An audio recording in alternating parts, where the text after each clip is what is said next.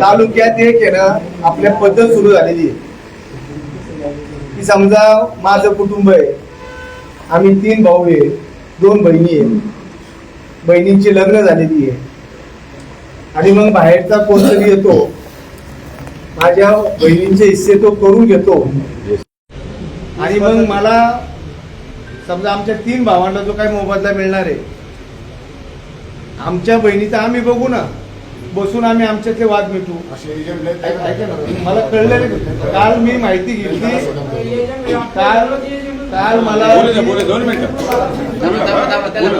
काल मला जी माहिती कळली, तळेगावच्या रजिस्टर ऑफिसला सगळ्यात जास्त डॉक्युमेंट बहुचं झालं.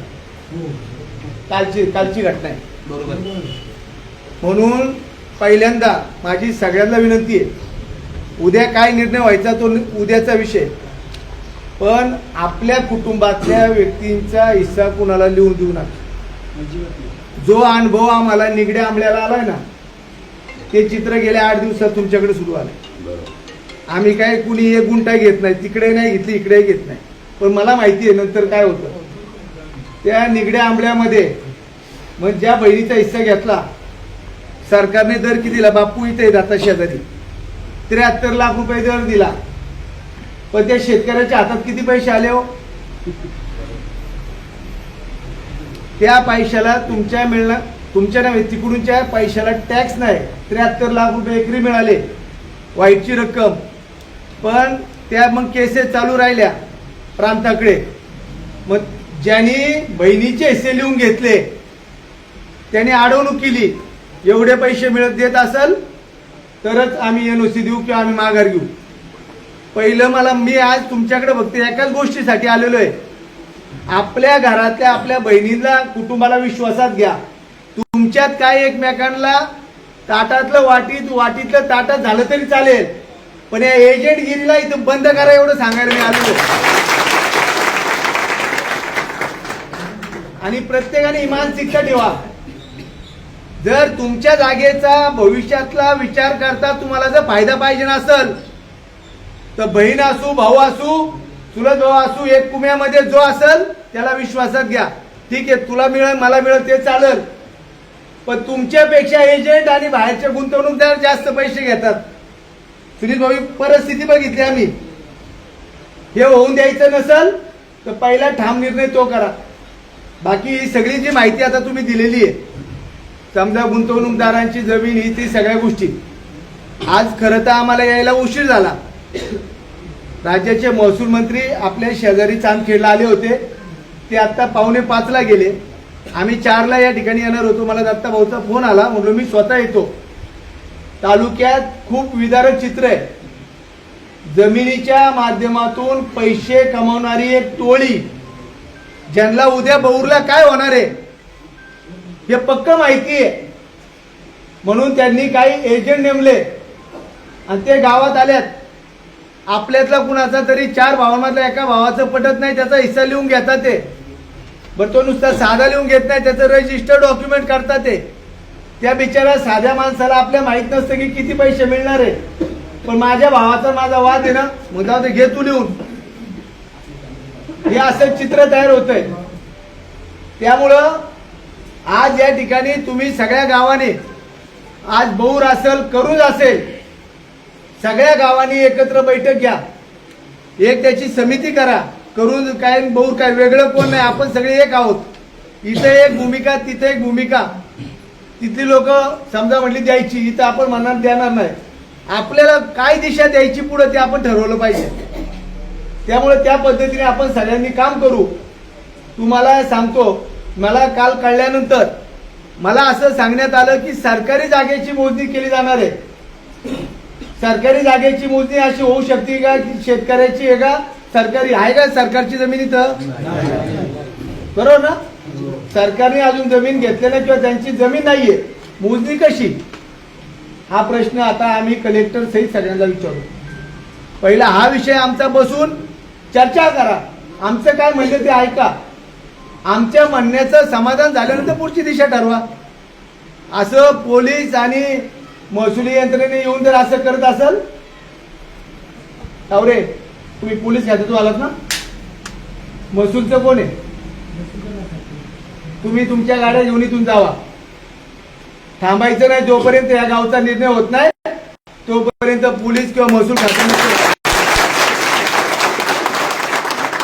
काय वरिष्ठ पातळीवर बोलायचं ते आम्ही बोलतो, चर्चा करतो. आमच्या सगळ्या दोन्ही गावची लोक एकत्र बसतील. माझं म्हणणे आपल्यातले प्रमुख करूनच्या लोकांनाही संपर्क साधा, एक बैठक करा. जशी माहिती ही आली तसं व्यवस्थित निवेदन तयार करा आणि मग आपण एकत्र बसून कलेक्टर साहेबांकडे पहिले हे आपलं गारहाणं मांडू. मी तुमच्या बरोबर येतो आणि मग आपण याच्यातून पुढे जाण्याचं काम करू. तोपर्यंत तुम्ही सगळ्यांनी एकच काळजी घ्यायची, घरातली माणसं जपायची. पोलीस लोक नाही ते नाही, आम्ही स्वतः येतो ना भाऊ, आम्हाला कळलं आम्ही येतो ना. फक्त मला सांगायचं, मी तुम्हाला आवर्जून परत सांगतो, पहिलं घरातल्या माणसांना विश्वासात घ्या. हे काम तुम्ही करा. जर 2 दिवसात आपण कलेक्टर साहेबांकडे जाऊ, बसू, चर्चा करू आणि मग त्या माध्यमातून काय पुढे आपल्याला समजेल नक्की चालेल काय आणि मग पुढची दिशा ठरवू.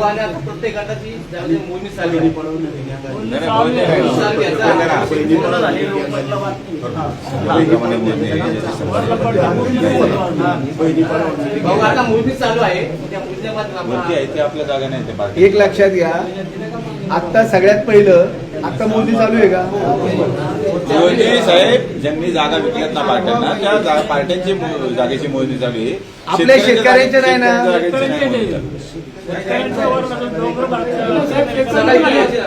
सातबारे जे आपले आहेत ना त्यांचे मोजणी नाही.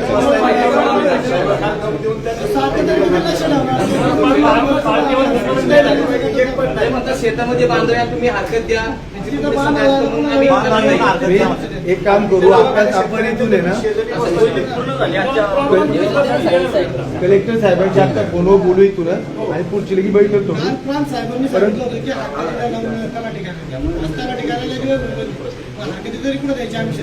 नाही तुम्ही तयार करा ना, सगळ्यांनी हरकती तयार करा, त्याची एक फाईल करा.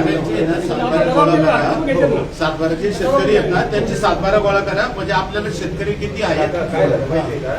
काय सांगितलं तुम्ही हरकती द्या, आपण सेपरेट एका एकाची हरकत द्या. एका कुठे सुनावणी घेतो एकानेच द्यायची. त्याच्यातलं ते म्हणले आम्ही सुनावणी करणार आहे. सुनावणी कोण करणार? प्रांत साहेबच करणार आहेत ना. काय हरकत दिली तरी आता आपल्याला एक निर्णय घ्या की एमआयडीसी झालीच नाही पाहिजे, त्याचा विषयच राहणार नाही. बरोबर. आणि आम्ही काय म्हणतो, आमच्या ग्रामपंचायतीच्या ठरावा माध्यमातून आम्ही सगळ्या गावाला शेतकऱ्यांच्या सहाय्य करून देतो ना. तुम्हाला साहेब म्हणले ठरावाला किंमत नाही, म्हणले ठरावाला काय किंमत नाही.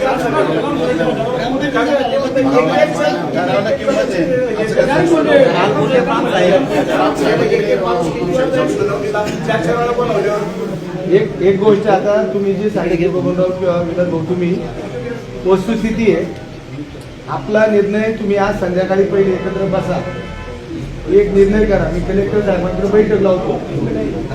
उद्या जरी डॉक्टर बाबासाहेब आंबेडकरांची जयंती आहे, तिला परवा आपण लगेच जाऊ, बैठक घेऊ. हे काम आताच्या आता कसं थांबल त्याच्यासाठी मी लगेच निर्णय व्हायला काही अडचण नाही. तुमच्या समोर निर्णय घ्यावा आता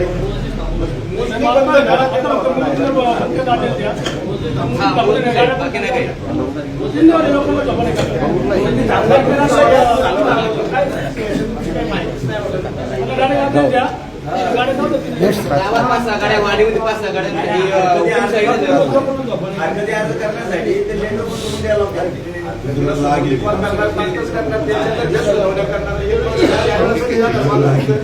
एक शेतकरी भाव धरला, 4 वेळा बनवणार, एक माणसाला सोडवलेलं, एका सातबाऱ्यात 15-18 माणसं. नाही, सुनावणी करायची काय असं ती इथं जागेवर झाली पाहिजे. तेच करणार. तुम्ही इथं दाखल करा, सोनावल्या तिकडे भाव धरला, इथं घ्या नाही तर वडगावला घ्या. नाही काका, प्रांत साहेब ऐकून घेत नाही काय गोष्टी. त्यांच्या बाजूने एकत्र नका. प्रत्येक शेतकरी आपला मानणार ना, हळू बोला.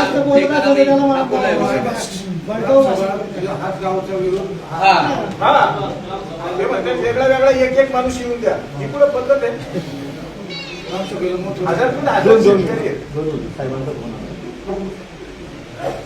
साहेब नमस्कार. साहेब, आमच्या बौर आणि करून या 2 गावामध्ये एक्सप्रेस हायवेच्या बाजूला दोन्ही गावं आहेत आणि जवळजवळ 2,500 एकर क्षेत्र आहे. या गावातल्या 2006 साली त्या ठिकाणी MIDCचे शिक्के पडलेले आहेत. आणि हो, तर आत्ता काय झाले, परवा दिवशीपासून या गावातल्या कुठल्याही शेतकऱ्याला विश्वासात न घेता डायरेक्ट मोजणीसाठी आपली एक यंत्रणा आलेली आहे. मी आता गावात आलेलो आहे.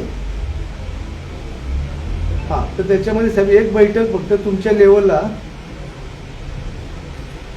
तुम्ही मीटिंग बुधवारी लावा, आम्ही सगळे येतो. हो चालेल ना, चालेल सर. पण तुम्ही पहिली बैठक लावा साहेब आमची. मी सगळं हां हां हां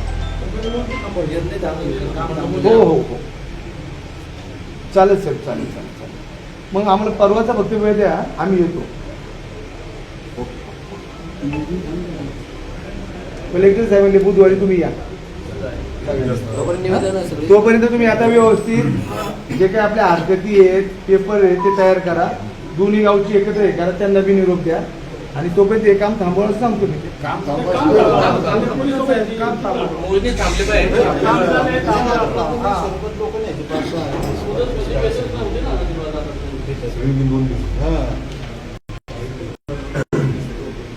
कलेक्टर साहेबांशी बोलणं झालंय. ते सगळ्यांना सांगायचं. आम्ही आता बहूर गावामध्ये बसलोय. तर एक मीटिंग कलेक्टर साहेब परवा सकाळी लावतात. ते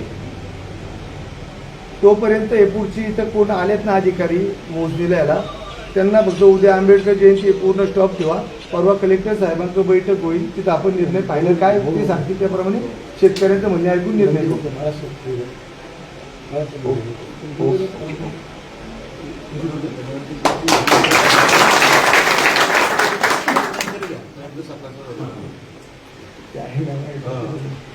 परवाची वेळ मी तुम्हाला दुपारच्या नंतर आज संध्याकाळपर्यंत कळवतो.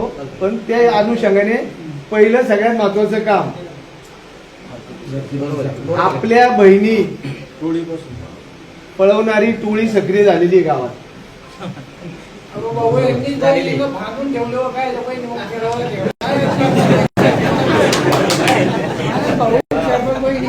यांनी फांगून ठेवलं पण पोट कशी काय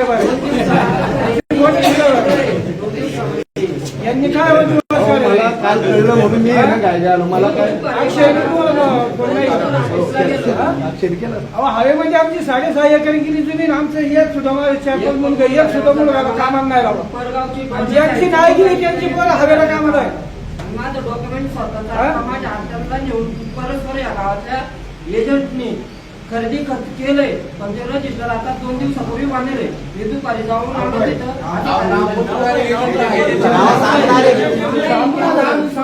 नाही, मी तिथं जाऊन